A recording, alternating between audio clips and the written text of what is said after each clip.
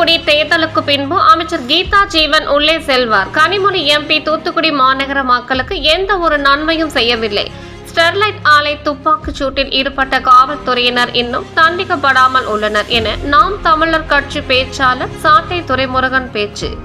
சான்றோர் குரல் செய்திகளுக்காக செய்தியாளர் ஆகாஷ் பச்சையப்பனுடன் செய்தி வாசிப்பாளர் வித்யா.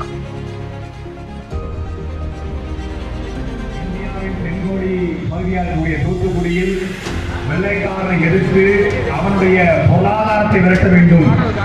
அவன் பொருளாதார அடித்தால் மட்டுமே வெள்ளைக்காரனை விரட்ட முடியும் என்று அன்றைக்கு 50,000 ரூபாய் சம்பளத்தை வாங்கிக் கொண்டிருந்த மிக உயர்ந்த வழக்கறிஞராக இருந்த வக்கீல் குடும்பம் என்று பெயரெடுத்த இந்த மண்ணிலே பிறந்த செக்கெடுத்த செம்மல் கப்பலோட்டிய தமிழர் என்று புகழ்பெற்ற நம்முடைய தாத்தா வாவு சிதம்பரனார் வெள்ளைக்காரனை விரட்டுவதற்காக கப்பலை கட்டிய மண் இந்த தூத்துக்குடி மண். அதனாலேயே தூத்துக்குடி சொன்ன அனைவருக்கும் ஒரு திமிரும் ஒரு கோபமும் ஒரு உரிமை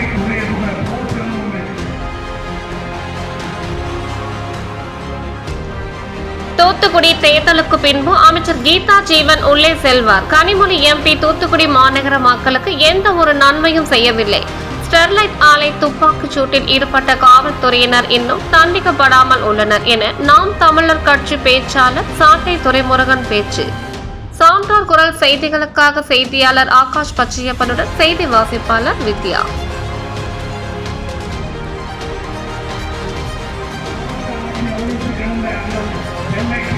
போராட்டத்தில் திரேஸ்வரத்திலே உள்ள ஜான்சிராணி என்ற அந்த அக்கா கூட்டு படுகொலை செய்யப்பட்டார். அப்படி என்றால் இது திட்டமிட்ட ஒரு படுகொலை. அந்த படுகொலைக்காக நடத்திய காவல்துறை அதிகாரிகளுக்கோ காவலர்களுக்கோ இதுவரைக்கும் தண்டனை கிடைத்திருக்கா என்றால் இல்லை. அதிமுக ஆட்சி ஒரு துப்புக்கட்ட ஆட்சி, அதுக்கு தூத்துக்குடிய சாட்சி என்று அன்றைக்கு எதிர்கட்சியா இருந்த மரியாதைக்குரிய ஐயா ஸ்டாலின் சொன்னார். ஸ்டாலின் ஆட்சி வந்து 3 வருஷம் ஆச்சு.